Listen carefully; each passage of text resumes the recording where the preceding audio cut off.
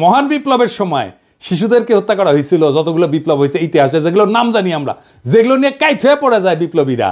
আসেন সেটা দেখি। ফরাসি বিপ্লবের সময় লুই শার্লস, যাকে লুই সপ্তদশ বলা হয়, মানে রাজা ষোড়শ লুই এবং মেরি আন্তোয়ানেটের ছোট ছেলে, বন্দি অবস্থায় খাইতে না দিয়ে কারাগারে রেখে মৃত্যুর দিকে ঠেলে দেওয়া হয়। যখন তার মৃতদেহ বের করা হচ্ছিল, তার শরীরে কোনো মাংস ছিল না, কঙ্কালের উপরে চামড়া। বিপ্লবীরা হত্যা করবে না, কারণ তাদের পবিত্রতা নষ্ট হবে, কিন্তু খাইতে না দিয়া দিনের পর দিন কষ্ট দিয়া মেরে ফেলা যাবে। তো ফরাসি বিপ্লব নিয়ে আধিখ্যাত তো করে সবাই, আবার রুশ বিপ্লব নিয়ে তো বামেরা কাইট হয়ে পড়ে যায় না? যে বামেরা কবে তাদেরকে কইবেন এটা, যে রাশিয়ার জার দ্বিতীয় নিকোলাস এবং তার পরিবারের সদস্যদের বন্দি করে কমিউনিস্টরা। জার কিন্তু তখন ক্ষমতায় না, জারের ক্ষমতা অনেক আগেই চলে গেছে।